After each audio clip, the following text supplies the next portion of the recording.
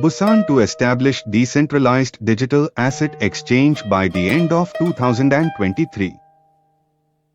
The Busan Digital Asset Exchange Establishment Promotion Committee held its first meeting on Thursday, 19th January, and announced that the South Korean city will see the launch of a decentralized exchange before the end of this year.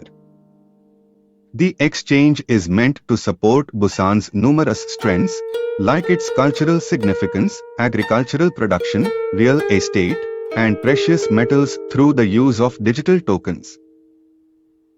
The committee intends to organize Busan's exchange into a fair structure distinct from other virtual asset exchanges currently extant in South Korea.